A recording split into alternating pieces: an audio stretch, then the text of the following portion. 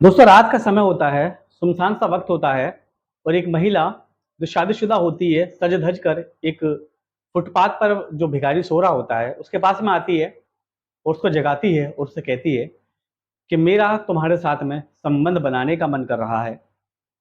ये बात सुनना होता है कि वो भिखारी बगैर कुछ सोचे समझे महिला की इस बात से बड़ा ही आश्चर्यचकित रह जाता है कि भाई ये क्या मामला है कि एक सजी धजी महिला मेरे से आके मेरे से आकर ये कह रही है कि मुझे अपनी ख्वाहिशात को पूरा करने के लिए आपकी ज़रूरत है।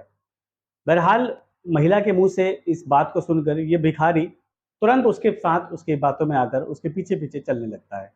ये शादीशुदा महिला उसको एक सुनसान सी जगह पर लेकर जाती है जहां पर इसकी हत्या कर कर इसकी लाश को जला देती है। दोस्तों आखिर इस भिखारी की लाश को जलाने की क्या क्यों नौबत आई इस महिला को और इसकी मंशा क्या थी, हम बात करेंगे इसी कहानी के अंदर।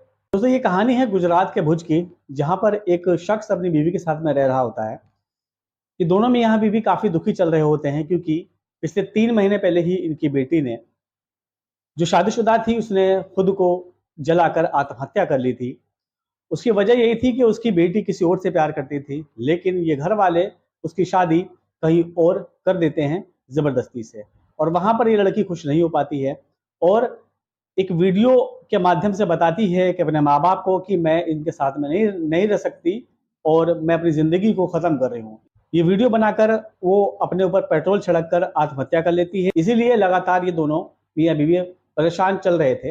एक दिन अचानक ये शख्स अपने घर के अंदर बैठा होता है, दुखी चल रहा होता है क्योंकि इसकी शादीशुदा बेटी है जिन्होंने आत्महत्या कर ली है। रात का समय होता है तो क्या देखता है कि दूर से इसकी वही बेटी जो 3 महीने पहले जलकर मर गई थी वो सामने से चलती हुई इसके पास में आ रही होती है। ये शख्स अपनी नजरों के ऊपर बिल्कुल भी यकीन नहीं कर पाता कि ये मैं क्या देख रहा हूँ और देखते देखते उसकी बेटी उसके पास में आ जाती है। उसकी बेटी अपने पिताजी से गले लगकर रोने लगती है और कहती है कि पिताजी मुझे माफ कर दीजिए।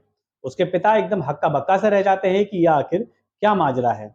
उसकी बेटी बताती है कि पिताजी मैं मरी नहीं थी, मैं जिंदा ही थी और ऐसी ऐसी बात है जिसकी वजह से मैंने ये काम को उठाया। उसके पिताजी कहते हैं बेटी मैं कुछ समझ नहीं पाया, मुझे थोड़ा सही से समझाओ आखिर तुम्हारे साथ में क्या मामला हुआ। तो उसकी बेटी बताती है कि पिताजी मैं किसी लड़के से प्यार करती थी, उसकी जानकारी आपको भी थी, लेकिन आप लोगों ने मेरी शादी उस लड़के से ना करवाकर जबरदस्ती कहीं और कर दिया था क्योंकि मैं आपके दिल को दुखाना नहीं चाहती थी और मैंने आपकी बात को माना। लेकिन कहीं और शादी होने के बाद भी मैं उस लड़के को नहीं भूल सकती जिससे मैं प्यार करती थी। मैं आए दिन ये प्लान बना रही थी कि किस तरीके से मैं और अनिल एक हो जाए। मुझे कोई रास्ता सूझ नहीं रहा था, तभी मेरे दिमाग के अंदर एक तरकीब आई और उस तरकीब के बारे में मैंने अनिल को बताया। हम दोनों राजी हो गए इस काम को करने के लिए और उसी तरकीब पर आगे बढ़ते हुए जो मेरे घर के पड़ोस में एक भिखारी फुटपाथ पर पड़ा रहता था उसके पास में गई और उससे मैंने कहा कि मेरा तुम्हारे साथ में मौज मस्ती करने का कुछ मन कर रहा है। ये बात सुनकर वो भिखारी मेरे साथ पीछे पीछे मेरे साथ में चला आया। मैं उसे रात के अंधेरे में एक सुनसान जगह पर ले गई जहां पर अनिल पहले से ही मौजूद था।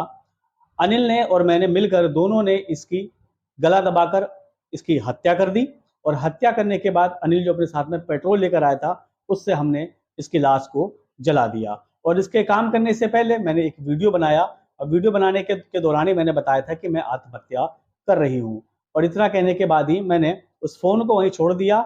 जो चूड़ी वगैरह थी, फोन वगैरह थे, वो मैंने वहां छोड़ दिए, कान की बाली वगैरह सब मैंने वहां पर छोड़ दिया ताकि जिससे लगे कि ये लाश मेरी ही है। तरीके से हम दोनों ने मिलकर उसकी लाश को जला दिया और मैं अनिल के साथ में कहीं और जाकर रहने लगी। क्योंकि अनिल शादीशुदा था, वो अपने घर के पास में एक किराए पे लेकर मुझे मुझे रख रहा था, लेकिन मुझे आपकी याद बहुत सता रही थी। आए दिन मुझे लग रहा था कि ये जो काम मैंने करा है ये काम सही नहीं है और इसी याद के चक्कर में मैं 3 महीने बाद आपसे मिलने के लिए यहाँ पर आई हूँ।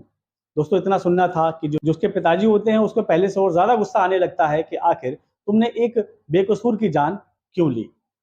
और उसके बाद उसके पिताजी खुद पुलिस को फोन कर देते हैं और फोन करने के बाद उसको सारी घटना की जानकारी दे देते हैं।